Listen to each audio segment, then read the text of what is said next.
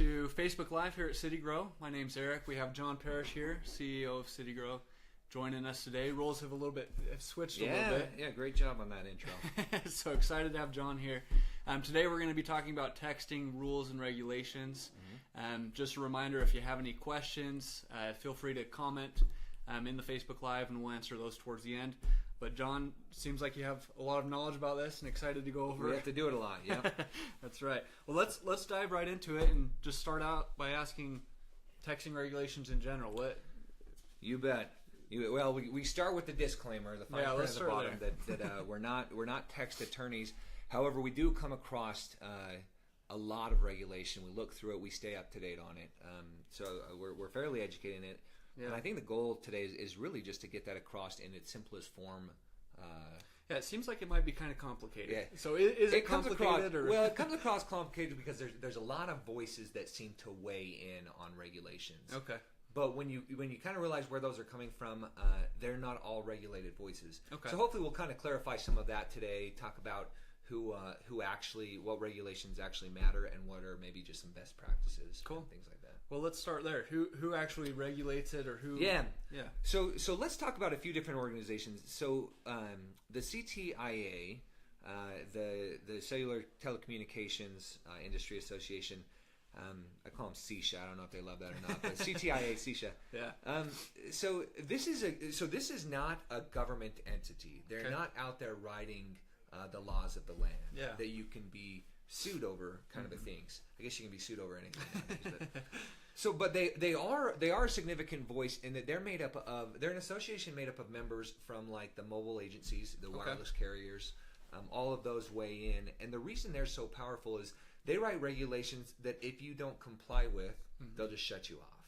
Right. Gotcha. So they can really damage your business even if you don't get sued over them by shutting off your short code, stopping you from communicating. Now, with that said, they're actually really good about trying to make sure that you know what you're doing and making sure you're compliant, things like that. Okay. So that's CSHA. The FCC, they're an actual government entity. And I think that's what most people think of when they think of text regulations. Yeah, a lot of people probably think of them.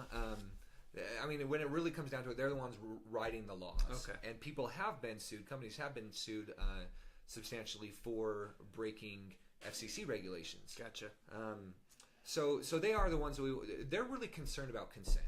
Okay. Whereas the CTIA, they put out a lot more documentation on what needs to be in your messages, what needs to be in your call to action, a lot more just hands-on, this is the verbiage we want. Gotcha. Where the FCC, they're big on permissions. Okay. Did you get consent? And what can you do with that consent? Yeah. And then there's other groups. One I'll mention is like the MMA, the Mobile Marketing Association. They don't have power to turn off your system or write legal laws of the land. But they are a combined effort from very large companies or just big players in the mobile advertising space. And so they are a voice that gets heard quite often, put out a lot of best practices. This is what consumers like. This is what recipients want to hear about. A lot of those get defined as law where they're not really law, they're best practices, but still good ones to adhere to. So it sounds like there's a few voices to be heard in this. Some of them are voices, government entities, others are more best practice related. The two that we'll probably talk about from here on out today is CTIA and FCC. Okay. Those two regulations are ones that we adhere to. So yeah, let's talk about some of the actual regulations coming from FCC or CITA. What are some of the actual regulations that they discuss? Yeah, so the FCC, they have a regulation that's been in place since like 1991, TCPA, okay, Telephone Protection Act. Okay. The FCC is really big, like I said, on consent. So what they define it as prior express written consent, where before you can market to anyone, you need to have their authorization. Now, if you break that up, prior express written consent, it really tells you what they're looking for. Yeah. Written is a big thing. I was going to ask that. What does written mean? How do you define written So in consent? its simplest form, you can get a waiver of signature that says, yes, I authorize my consent. However, there are digital signatures available too. In fact, there's an e-sign act, is what it's called, that's referenced by the FCC that says it is okay to get consent via like email. If they email saying their permission, website forms or web forms. Just fill it out online. Fill it out. Number. Check the box. Yeah. The kiosk is used a lot by CityGrow, an okay. application where you can sign up there. So basically, if it can be stored and documented, it's written consent. But what about common practice of keywords? Texting to join, same thing? Yeah, good question. So yes, a keyword, opting into a keyword does count as consent, and it can opt into list. Now to go along with that, there's the express part. You can't ambiguously get consent. People have to know what they're consenting for. Gotcha. You can't say, "Hey, can I text you your receipt?" and then add them to your marketing list. Okay, so they have to know what they're signing up for. They have to know what they're signing up for. And so CISA comes in and they actually put in a lot more specifics on, on your call to action, there are certain things that we want you to put on there. Yeah. You have to identify yourself and the program that you're opting into.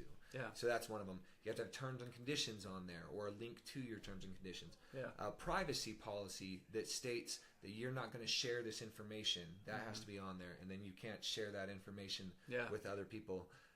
You have to put how often you're sending messages. Okay. And so, in fact, this one I see a lot where people will put like 1 to 2 messages a month or 2 to 4 messages a month. That's one way to do it. You have to live by what you put. So does this, what you're talking about, is this going in the actual message, or is this just terms and conditions good question. they read? So CISA actually puts they have regulations for both. Okay. So right now I'm talking about the call to action, which is like if you have a web page that you're getting signups on, or if you have a poster that displays a keyword, text CityGrow into the fine print of. Yep. Okay. This is what actually goes on there. Okay. So your identity, your terms and conditions, or links to your terms and conditions. Obviously, if it's print, you have to put some terms and conditions on there. Yeah. Privacy policy. You have to let them know that data rates may apply. Messaging and data rates may apply. Yeah. So there's a whole list of them on our website, which we'll give you we'll give everyone directions to. But cool. So and then there's actual regulations for what goes in that first, what we call an opt-in message. So in context, I sign up for a program and I do it through written consent. Okay. Maybe I signed up on the website. I put in my form. Well, as soon as possible, I need to have an automatic message sent to me that confirms my consent. Okay. In this message, I again have to explain who I am. You have to put your identity. So a business name or okay. And it has to be the same one that you signed up for. Okay. I cannot sign up for Joe's Diner and then get his sister company's text messages. Okay. It has to be the same one all throughout. So you have to have that in there. You have to have frequency once again. How often they'll get the messages. Okay. So, and that could be in a variety of different ways. Our favorite is just putting reoccurring messages apply. Okay. Or recurring messages apply. Why is that your favorite? Why do you lean towards that? It just doesn't tie you. So there is a nice component to saying 2 to 4 messages a month because people maybe feel a little bit more comfortable saying, "Oh, great." Yeah. By this time, they've already opted in. I don't think that that's going to be a deterrent to opting out. Okay. Or it's not going to really push them to opt out. So I just would rather not be boxed into how many messages I send. Gotcha. It's best business practice is already not to oversend. So this way, if you just put recurring messages, you're kind of covered. Okay. So it still covers you, but it leaves the doors open on what you do. Then you need directions on 2 different things. You need stop directions, how to opt out. Okay. There's some universal keywords that you don't have to display all of them in there. You can just display one of them. But by law, your system has to respond to universal keywords like stop, end, subscribe, quit. Those are all ones that if somebody replies, it pulls them out of the system and opts them out. Does that just? This is interesting. I see some people, they'll respond, "Stop texting me," like something like that. Does stop just having that word in there still? It should. Yep. Okay. It needs to. In fact, it specifically in the guidelines, it says it can't be different if it's a capitalization or lowercase or space. Yeah. Now the problem might come in if you put 2 words together, but the system should recognize if it's the first word of that message, stop. Okay. Now, those are universal words that should be. Yep. Okay. Now the problem that comes in is somebody replies, "Hey, I moved to Africa. I no longer. Will you please stop sending me messages?" And stop is in there, but it's like stop's in there, but the system might not recognize that. But that's why you just really make it clear to them: reply stop to quit. That's why the instructions are. That's why the instructions are there. They need to be both on that first message, and they need to be in the conditions. Okay. So they can be in there. There needs to be customer care information. They call it customer care. It can be as simple as reply help for more information. It basically, if I want more information on this program that I don't know if I opted in for, where do I get it? Gotcha. So it can be a keyword reply help. It could be email support for more information. Call this number to get information. And then the last thing, once again, is just messaging and data rate supply. Okay, so that always needs to be in pack there, all of that into one message at 160 characters. Oh man, which is possible, and there's a lot of. In fact, if you go to our post, which you can either Google City Grow text regulations, or it's in the footer, it's on the blog. If you go to that post, we actually give you a nice clean way to put that, and you can switch out your name for it. It seems like there's a lot. It's a mouthful of what needs to be in there. Is there generally still room to put another message? Or if you're clever, there can be, and you can kind of mix them too. Like if for example, like on the recurring one, if you want to say like you've opted into offers and updates, just to let them know a little bit more. That still counts as, or daily text if it's like a newsletter type thing. You can kind of kill two birds with one stone. Cool. So get creative and you're welcome to send us messages if you want us to look at it. We do a lot of that for sure. So we've talked about a few things. We've talked about consent, what needs to be in the message, all of that. Now, along the lines of consent and having people actually opt in, is there ever a need for a double opt-in, or do they just opt in once? How does that work? So double opt-in's a term that people just have kind of clung on to, and they define it as law, right?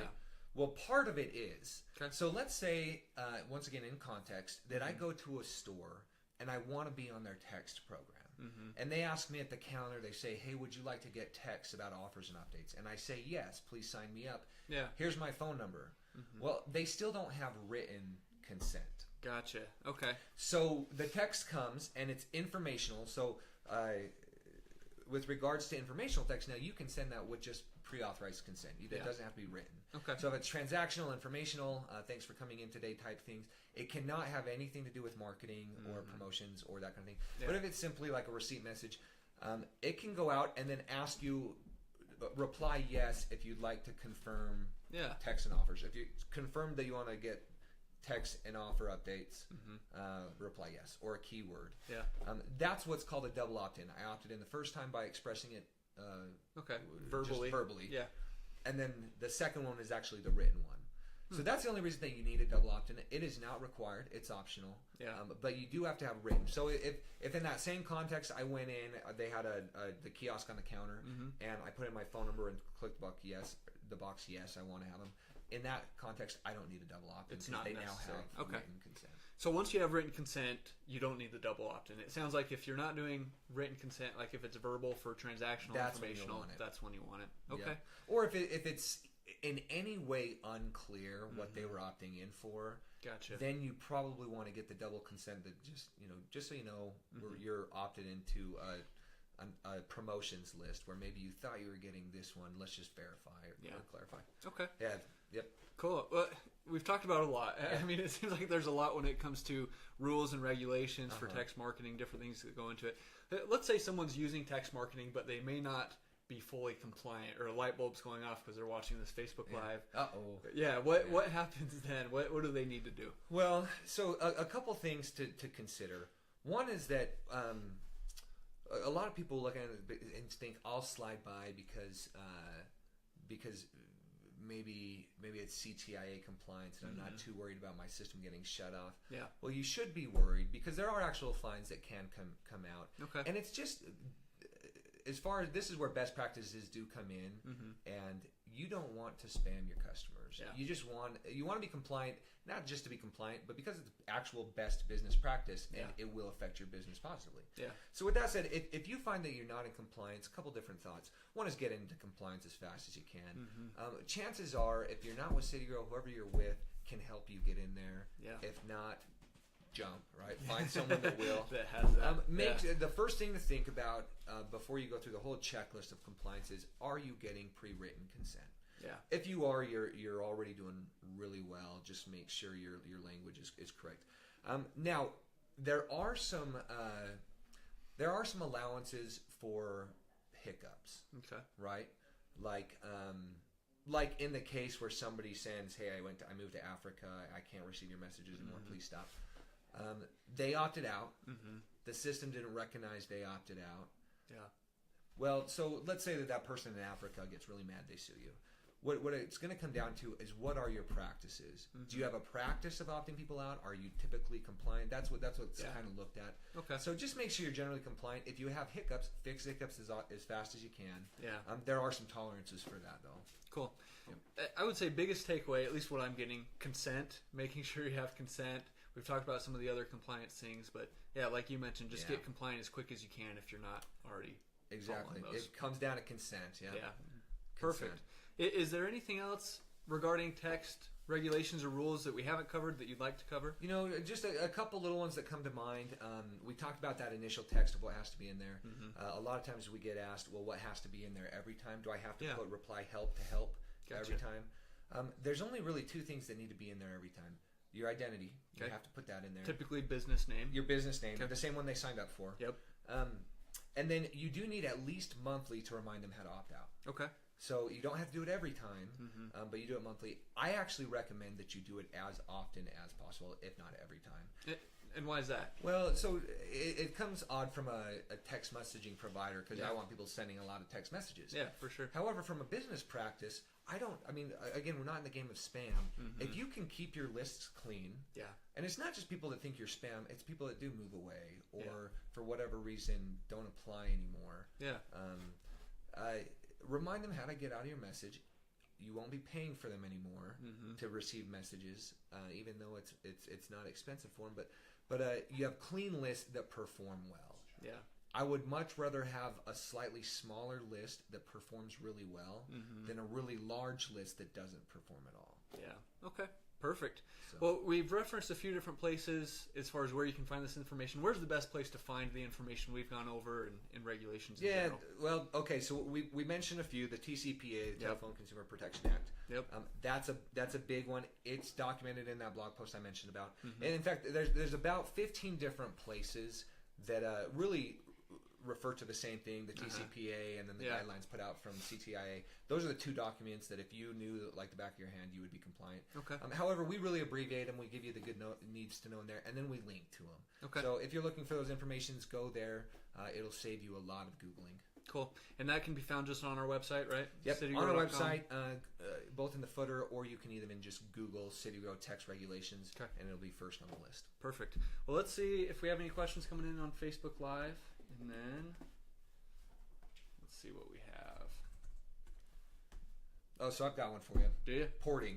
Okay. Do you ever get asked from your customers on the sales side if they need to port phone numbers over to another one? Yeah. If they're switching providers for text marketing. Yes. Yeah. So this is a big question and a concern for businesses, because I'm not going to switch if I have to drop my entire list, right? I've already built up this huge list. Yeah. So there is an appropriate way to port. Yeah. While you're still on, so let's say you're moving from A to B. Okay. While you're still on A, you let your customers know, hey, we're switching to B. This will be the new phone number. Okay. And then when you get to B, you remind them, hey, this is our new number that's coming from, and then remind them how to opt out if they want to opt out. Cool. So last message from the old system, let them know you're making a change, and then new system. And as best you can, keep that original documentation that they opted in, like the date, the method, how they did it. So you have that consent that you can prove. Okay, cool. Well, it doesn't look like we have any questions coming in as of right now. Feel free to write in if you have any questions. We'll get back to you as soon as possible. Thanks again, John, for going over those rules and regulations, and thanks, guys, for joining us.